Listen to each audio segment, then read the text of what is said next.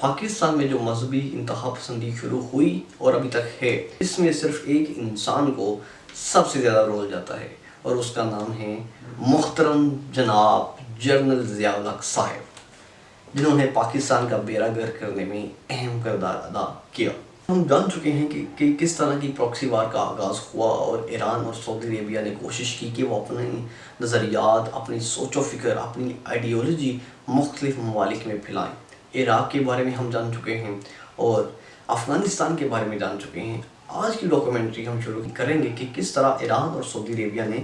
پاکستان کے اندر اپنے نظریات کو پھیلانے کی کوشش کی۔ لیکن اس سے پہلے جب جنرل ضیاء الحق صاحب حکومت میں آئے، پاور میں آئے غیر آئینی طریقے سے، تو انہوں نے بھرپور کوشش کی کہ اپنا اثر و رسوخ پھیلائیں اور مختلف طاقتوں سے مدد حاصل کریں، اور انہیں یہ موقع بھی مل گیا کہ جب روس نے، ماسکو نے، USSR نے اٹیک کیا افغانستان پر، تو انہوں نے USA کے ساتھ ساتھ افغانستان سے بھی مدد حاصل کرنا شروع کر دی اور یہاں پر مدرسے بنائے اور یہاں سے مجاہدین کو تیار کر کے وہاں پر بھیجا۔ وہاں پر تو انہوں نے بھیجا، لیکن اس کا ایفیکٹ یہ ہوا کہ کیونکہ سعودی عربیہ مالی معاونت دے رہا تھا، اس کا پیسے دینے کا یہ مقصد بالکل نہیں تھا کہ وہ کوئی افغانستان کا مددگار ہے، وہ افغانستان کو بچانا چاہتا ہے، تو وہ اس مدرسوں کے ذریعے، ان اپنے پیسوں کے ذریعے جو مدرسے تیار کروا رہا تھا، وہاں پر اپنی سوچ کے لوگ، اپنے نظریات کے لوگوں کو پروان چڑھا رہا تھا۔ تو اس کا واضح مطلب یہ تھا کہ وہ اپنا اثر و رسوخ، اپنے نظریات، اپنی سوچ و فکر، یعنی کہ دیوبندیوں کی سوچ و فکر یہاں پر پھیلانے کی کوشش کر رہا تھا۔ اور دوسری طرف ایران بھی کوئی اس سے ڈکا چھپا نہیں تھا، ایران نے بھی کوئی پیچھے قدم نہیں اٹھایا، بلکہ ایران نے بھی آگے بڑھ کر اپنا اہم کردار ادا کیا کہ جب اس نے دیکھا کہ سعودی عربیہ نے ضیاء الحق کے ساتھ ملا کر 20,000 مدرسے یہاں پر قائم کروا دیے ہیں کہ جو ہمارے انفلوئنس کو کم کر سکتے ہیں، تو اس نے اپنے نظریات کے، یعنی کہ شیعہ مکاتب فکر کے لوگوں کو پروموٹ کرنا شروع کر دیا۔ تو اسی معاملات کو سامنے رکھتے ہوئے وہاں اسی معاملات کی وجہ سے شیعہ سنی کے درمیان آپس میں فسادات ہو گئے، اور وہی جس بات کا ڈر تھا جو افغانستان میں ہو چکا تھا، جو عراق میں ہو چکا تھا، جو وہاں کے لوگ قتل و غارت کا سامنا کر رہے تھے، وہی صورتحال یہاں پر ہو گئی کہ شیعہ اور سنی آپس میں قتل ہونا شروع ہو گئے اور ایک دوسرے کو مارنے کے در پر ہو گئے، اور جس میں بہت سارے علماء کرام دونوں طرف کے تھے جن کا بے درے قتل کیا گیا، اور اس میں ایران اور خصوصاً سعودی عربیہ نے اہم کردار ادا کیا۔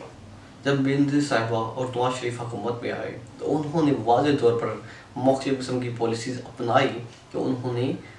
اس ایکسٹریمزم کو، اس مذہبی انتہا پسندی کو روکنے کی کوشش کی، کیونکہ ہم جانتے ہیں کہ جمہوری بندے ہوتے ہیں نا، وہ کوشش کرتے ہیں کہ تمام جماعتوں کو، تمام گروہوں کو برابر لے کر چلیں، کیونکہ یہ ان کی اپنی مجبوری ہوتی ہے کہ اگر وہ سب کو لے کر نہیں چلیں گے تو پھر وہ اکثریت ووٹس حاصل نہیں کر سکیں گے اور دوسرا گروہ اپوزیشن اس سے فائدہ اٹھائے گی۔ لیکن یہ صورتحال کا سامنا ضیاء الحق کو نہیں تھا، اور یہی وجہ تھی کہ انہوں نے انتہا پسندی پھیلانے میں اہم کردار ادا کیا۔ لیکن جمہوری لیڈران نے کوئی بھرپور کوشش نہیں کی، لیکن تھوڑی بہت کوشش کرتے رہے ہیں۔ اس کی ایک مثال میں آپ کو یوں دوں گا کہ 2016 میں جب سعودی عربیہ نے جنگ کا اعلان کیا یمن کے خلاف، یمن کے حوثی باغیوں کے خلاف، جسے عام طور پر ایرانیوں کی سپورٹ حاصل تھی اور جن کا تعلق شیعہ مکاتب فکر سے تھا،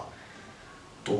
جب یہ معاملات نواز شریف کے سامنے آئے اور سعودیہ نے مدد مانگی پاکستانی آرمی سے کہ اس وقت نواز شریف حکومت کر رہے تھے کہ آپ ہمیں فوج یہاں پر بھیجیں، لیکن نواز شریف نے پارلیمنٹ کے ذریعے معاملہ تعویل میں ڈال دیا اور پھر فوج دینے سے انکار کیا، کیونکہ وہ واضح طور پر سمجھ رہے تھے کہ اگر ہم ایک گروہ کی مدد کریں گے دوسرے گروپ کو، دوسرے فقہ کو، دوسرے فرقے کو کونٹر کرنے کے لیے، تو یہ ہوا پاکستان کے اندر آئے گی، تو جسے پاکستان کو پھر سے نقصان ہوگا کہ جو ہم قابو کرنے کی کوشش کر رہے ہیں تو پھر اس میں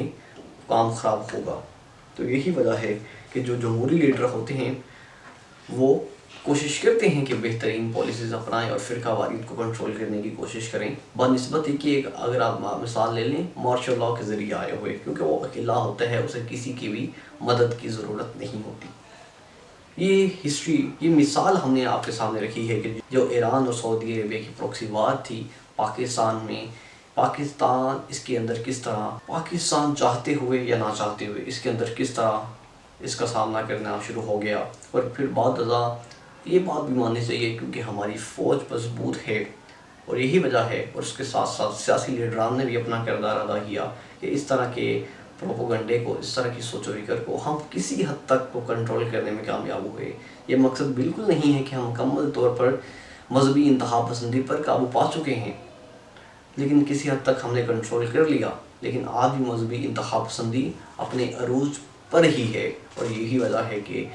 لوگ ایک دوسرے پر کفر کے فتوے لگا کر اسے قتل کرنے میں دریغ محسوس نہیں کرتے. ہم امید کرتے ہیں کہ پاکستان آنے والے دنوں میں مذہبی انتہا پسندی جیسی سوچوں سے نکلے گا اور تمام ریاستی گروہ مل کر کام کریں گے اور پاکستان ترقی حاصل کرے گا. یہ ہم ڈاکومنٹری بنا رہے ہیں ایران اور سعودی عربیہ کی پروکسی وار کی، جو دونوں ممالک کوشش کر رہے ہیں کہ اپنا اثر و رسوخ مختلف ممالک میں پھیلائیں. اگلی ڈاکومنٹری میں ہم بات کریں گے کہ انہوں نے شام کے اندر کس طرح اپنا اثر و رسوخ پھیلانے کی کوشش کی، اور یہی وجہ ہے کہ ان کے اثر و رسوخ پھیلانے کی کوشش کی وجہ سے آج شام 60% ایریا شام کا مکمل طور پر تباہ ہو چکا ہوا ہے، اور داعش، کرد اور حکومتی گروہ اور ان جیسے مختلف گروہوں کے ہاتھ میں چھوٹے چھوٹے علاقے ہیں، اور وہ ایک دوسروں پر حملے کرتے رہتے ہیں، اور جس کا نقصان مقامی شامیوں کو ہو رہا ہے. اور یہی وجہ ہے کہ 45 لاکھ شامی مہاجرین بن کر زندگی گزار رہے ہیں صرف ایران اور سعودی عربیہ کی وجہ سے. یہ ہم اگلی ڈاکومنٹری میں جانیں گے. اور اس کے ساتھ ساتھ ہم فلسطین کے اوپر ڈاکومنٹری بنا رہے ہیں، اور فلسطین کے تاریخ، ماضی اور حال کے بارے میں بتائیں گے. مختلف قسم کے محققین کے بارے میں بتائیں گے کہ انہوں نے فلسطین کے بارے میں کیا پریڈکشنز کی ہوئی ہیں، اور ان کے حالات کے بارے میں بتائیں گے کہ جو آج کل فلسطین انسائیڈ مختلف قسم کی مشکلات کا سامنا کر رہا ہے.